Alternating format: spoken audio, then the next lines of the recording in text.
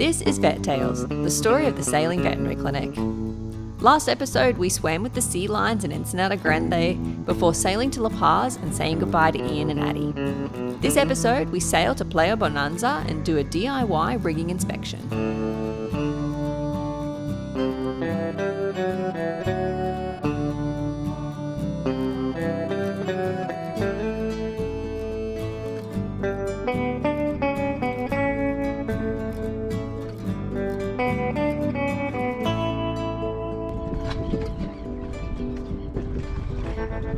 We're in La Paz. This last week or so was a huge success. It was very busy, big week, but big success. So it was 9 days. Over 9 days, we visited 7 anchorages, saw over 100 animals, and did more than 120 nautical miles. So it was pretty like boom, boom, boom, boom, boom. So Agua Verde was the main project, which is completed. That was phase 2 of our project. Phase 1 was when we went for the initial health checks and gave out free flea, tick and worming products and just kind of got numbers, what the animals needed, all of that kind of stuff. It's kind of our reconnaissance mission. And then this was phase 2 to get all of the animals vaccinated. So we ended up providing rabies and core vaccines. So core vaccinations for dogs are things like parvovirus and distemper, and for cats are things like rhinotracheitis, which is like a kind of cat flu essentially. So yeah, we gave out core vaccines as well as rabies vaccines to all of the dogs and cats that we saw, more than 90 animals, which was really awesome turnout. And we have a growing list for our potential phase 3 part of the Agua Verde project, which is spay and neuter. That's a much bigger project just because we need to get more veterinarians involved because I can only spay so many animals in a day. So yeah, we're basically looking at working with local veterinarians. Generally, these types of spay and neuter campaigns cost thousands and thousands of dollars. So it is, quite a big project to organise, and we really need funding for it. So if you want to help fund phase 3 of the Agua Verde project, you can visit www.vettales.com/donate. We also stopped at San Evaristo on the way, which was really cool. We got to see Jacob and his new puppy. So all the new puppies in town that weren't there last year got all of their vaccinations, which is cool. It was really cool to see Jacob again. He's grown, his dogs have grown, and the new puppy's very cute. We also just did rechecks. So for example, Osa, she was the dog that had the tick down her ear canal that we removed last time. We checked her ears, they're looking great. And then gave out flea and worming tick products to any of the animals that needed it.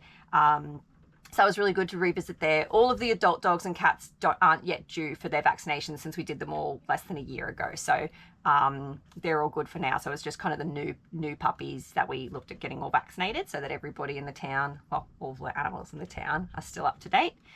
So yeah, huge success. 100 animals in just over a week is pretty awesome for like what ended up being, Jim and I, like our 2-man team with the help of Addie, Ian, and some cruisers along the way and stuff. So yeah, it was a big project to pull off. We're very, very proud of how it all turned out and really happy to have been able to help so many animals and so many people. We'd like to say a special thank you to the McKinnon family, whose donation really helped make this project possible, as well as all of our patrons and regular donators, because without them, the Sailing Vet Clinic just doesn't stay afloat. So thank you very much. And also thank you to all the cruisers that helped us along the way, because we had people help us with actually giving the vaccines, but also helping us with logistics and things like that. So yeah, very much a team effort, and we couldn't have done it without you all. So thank you.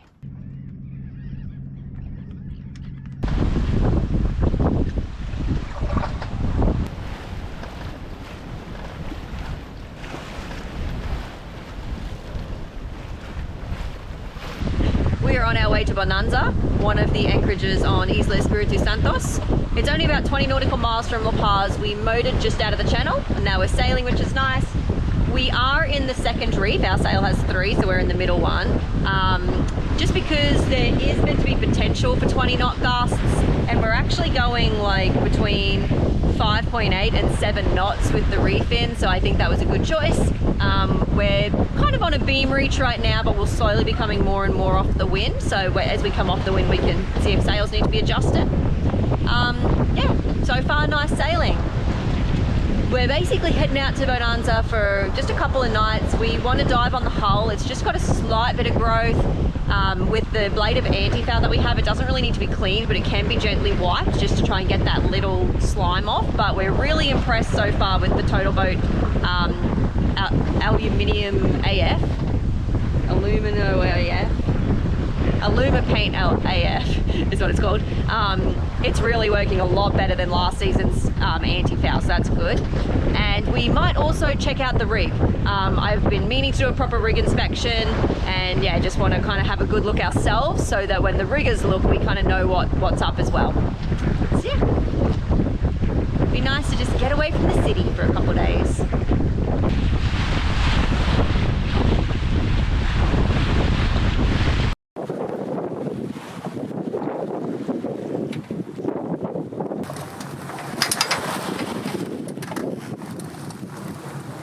The wind's starting to back off, so we put the mainsail all the way up. Still managing to get like 4 knots. We're almost there though.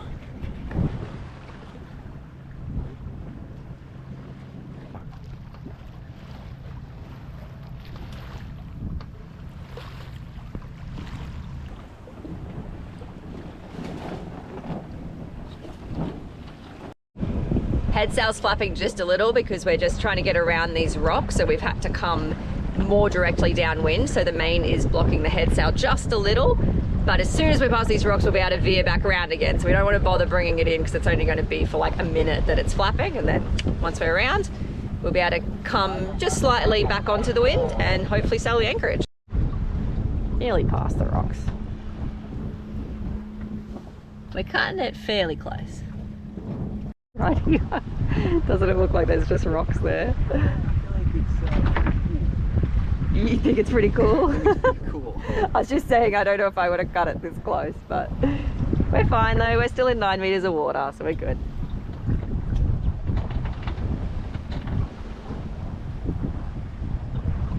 Cool. We're around the rocks. Well done. Yep. Well, I mean, still up the rocks, but we're around the bad ones.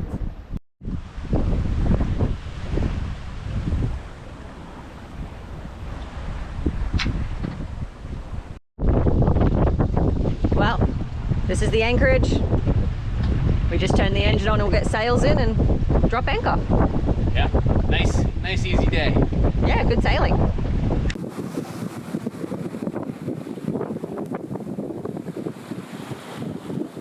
Well, here's the wind. As you can probably hear, got very windy once we got here. Well, actually it got windy just as we were dropping the sails, so it was kind of good timing. We got the sails down before the 20 knots kind of kicked in. But we sailed the entire way, which was really cool. Other than we motored through the La Paz channel, but we were able to sail the rest of the way, and it was kind of fun because we sailed on lots of point of sail. We were kind of like close beam reach, then more of a beam reach, then kind of downwind beam reach, and then eventually just straight downwind, then back to a beam reach. So it was kind of fun to like really adjust the sails and see what speeds we were getting. And yeah, we're really starting to get Chuffed dialed in. I say that a lot, but I feel like every time we sail her lately, we're like, oh, that worked well. You know, it's kind of fun. So yeah, here we are in Bonanza. Tomorrow's meant to be a really nice day, so it'll be a good day to get some boat stuff done and chill out a little bit too.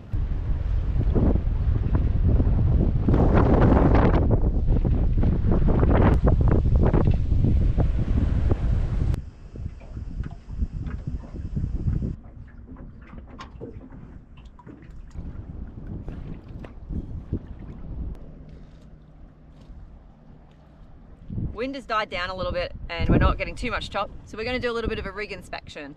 So inspecting your standing rigging is a very good idea to do regularly, looking for cracks, any problems in the wires. Yeah, we're kind of going to go through everything and have a bit more of an idea of what we might expect when we come to replacing our rigging. So the first thing we're going to do is relatively easy. Run our hands up to where we can reach on our wire stays, see if we can feel anything. And now already, right here, I can feel a crack in one of our stays. So one of the wires has actually separated. That means that this stay, this wire, is pretty much like no good at all. So if one's cracked, there's a very good chance that others are cracking inside of it, reduces its strength a lot. So we know all of our wires already need to be replaced, but that just confirms it. But the other thing we can look at and feel for is every single strand of wire should be evenly spaced. So if there's some that are, you know, bulging, or there's a bigger gap between the wires, that can be a sign that there's a problem underneath.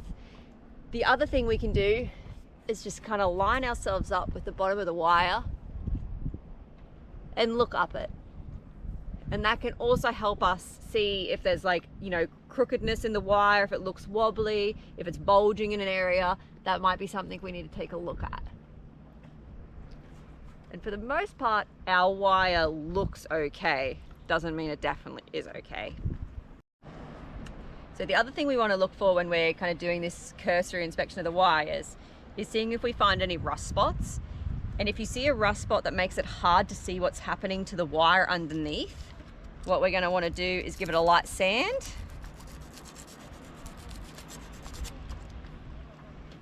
Which takes the rust away and helps us to see the wire underneath so we can inspect it properly. And we can also have a look. I'm using my veterinary ophthalmoscope. Obviously not everybody's going to have an ophthalmoscope on the boat, but basically this magnifies things when I look at it closely, and I can actually zoom in and out on things and change my perspective. But like something like a jeweler's loupe, a magnifying glass, anything like that to just make the cracks look larger will help. So I've sanded away any rust. Now I'm going to have a take a look with this.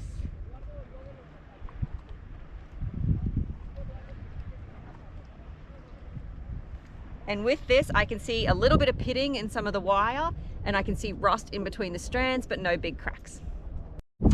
So a lot of the problems we may find, like small cracks, are going to be very difficult to show you on camera because they're just going to be, you know, microscopic.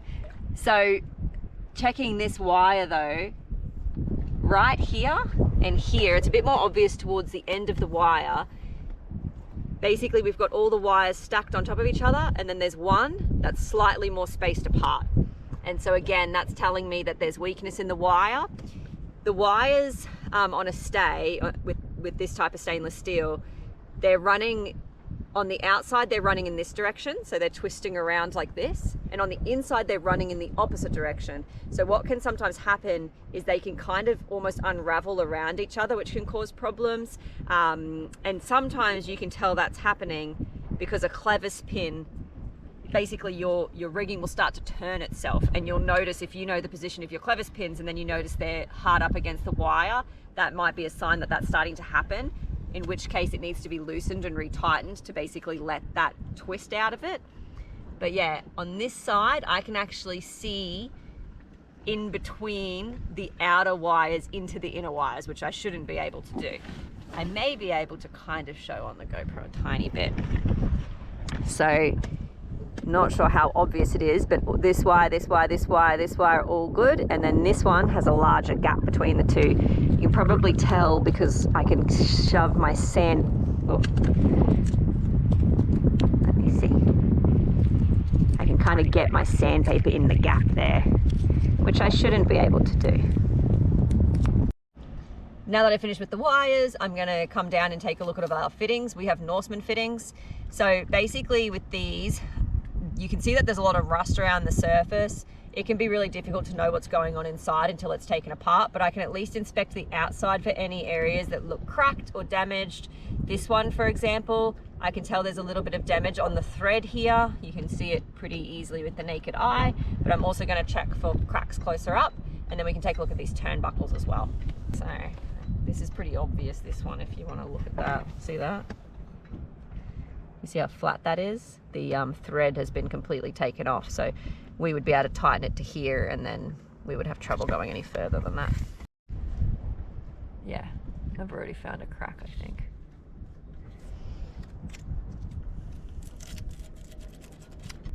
So I'd have to sand this up a little better to get a really good look, but I can see a tiny crack in the metal right here at the bottom of this Norseman fitting. Let's see if there's any others. So a difference on our boat is that our chain plates are integral to the hull. So because it's aluminium, they're just all welded on, which is good because it means that they're unlikely to fail, and they're a common point of failure on a lot of boats. But you can probably see where the stainless steel attaches to the aluminium, there's a lot of corrosion. So when we take these off, we're gonna have to check how bad that is underneath and possibly put some sort of sealant between the two and potentially even move things around if necessary. So checking for corrosion anywhere that dissimilar metals attach is really important. But I'm also gonna check these fittings for cracks as well, just to make sure that they're in good shape. They don't look too bad though.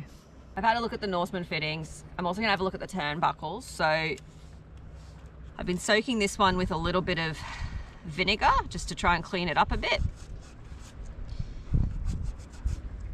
So the turnbuckles are zinc plated bronze, and the zinc you can see kind of goes green. So a lot of ours are really green colored. So soaking in the vinegar helps take that green off. And then we basically want to check the color of the bronze underneath.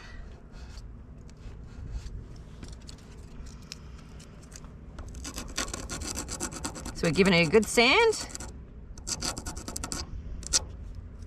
And you can see that ours underneath, well, it's color. Let's keep going. We'll see what color it is. I've soaked in vinegar to get some of that green off, sanded it down, and you can see that the bronze underneath has pinked, and that's not a good sign. That's generally a sign that these are losing their integrity and need to be replaced. So this is our baby forestay, and I'm using this one as an example of a few things that are wrong. So firstly, you can see that this is actually sitting crooked. So there's a really big gap between the chain plate and the fittings, and you can see this side has actually started to dig into the chain plate. So that's definitely not good. That needs to be corrected, probably by putting some like nylon bearings in and moving it to a different hole. The other thing though is this turnbuckle is in much worse shape than our other ones. If you look closely, you can actually see that the metal is bulging out in places. So it's not even smooth anymore, which means that it's really lost a lot of its integrity and is in pretty bad shape. I'll give this one a little bit of a clean as well. So you can really see the pink hues coming through here. Kind of almost like a reddish pink tinge. Let's see if I can go a little further. You can kind of see it here especially. Look how eaten away that is. That's like actually almost like just chipping away there as I sand it. I should probably be careful not to make it collapse. So we'll show you some previous video we have of the UFO and spinner at the top of our furler, but basically the bearings are like starting to burst out of it, so this definitely has to be replaced, the lower and top furling unit. And then this, so there's a forestay inside the furler, that's the main forestay. We then have this thing. It is not attached appropriately at the top of the mast, so it's not attached to proper fittings up there. It's kind of like hanging off of the edge of the mast block anyway. And then it also, as you can see, is extraordinarily loose. Rigging should not be that loose.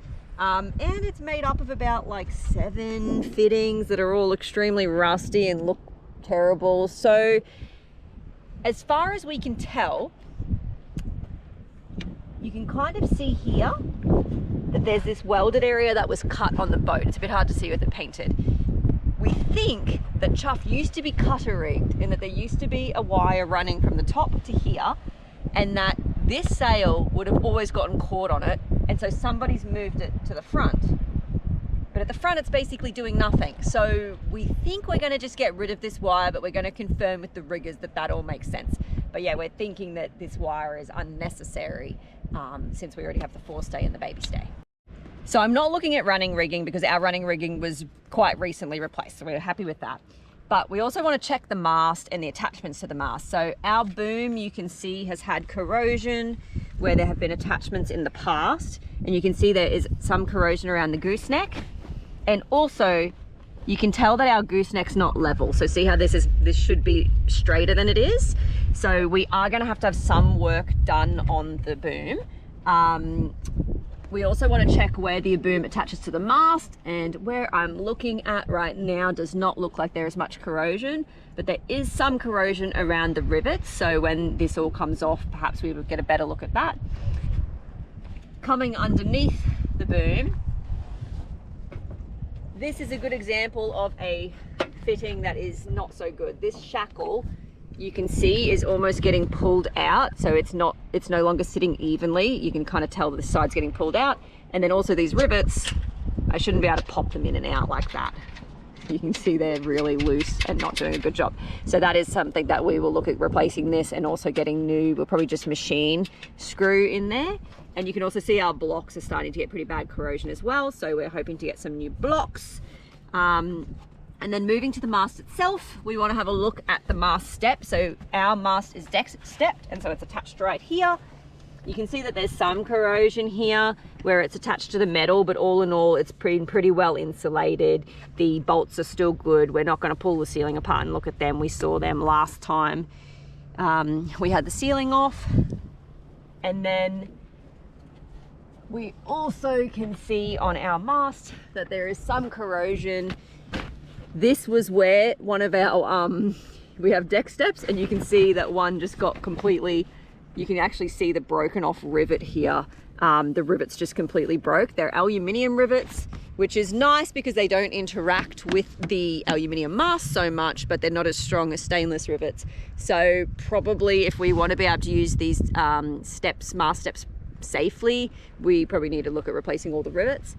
And then the final thing, I'm not going to go up the mast today, but you want to inspect where the stays are attached to the mast. Basically what you're looking for is corrosion and cracks in the metal. We have recently looked at that. Last time we were up the mast, which was a while back now, but it's been a few months. But basically the metal's looking good, no cracks visible, and where the fittings are attached to the mast has actually been, they put sealant underneath it, so the corrosion's actually not too bad, which is good, other than 2 of the stays have the original fittings against the mast, so those may need to be looked at further. So yeah, that's kind of like a basic rigging inspection, but you can see even just with, you know, my basic skills, just running your fingers along things, sanding things down a little bit and eyeballing it, I found multiple problems, some cracks, so like, you know, an actual wire that's completely broken, spacings in between wires, the fact that our turnbuckles are looking quite pink, which means the bronze is not so good. Yeah, so it basically confirms what we already knew, which was that our rigging needed to be replaced. Our rigging too, so Norseman Fittings, they went out of business like something like 15 plus years ago, so we know this rigging is at least 15 years old, and at least those fittings, and we don't know the full history of this boat, so it's potentially even older. Generally rigging 10 to 15 years is kind of your replacement window, so yeah, we'll see what the riggers say and see what they think, and go from there and get a quote, and then hopefully get this old girl looking even better than she already does. Thanks for watching our rigging inspection. In real time, we've already had the rig inspected, and it's going to be costly to replace. So we've started a fundraiser to get Chuffed ship shape to continue sailing and delivering free vet care. Our projects are made possible by you, so if you'd like to help us keep the Sailing Veterinary Clinic afloat, check out the fundraiser link in the description below. Thank you all, and stay chuffed, everybody.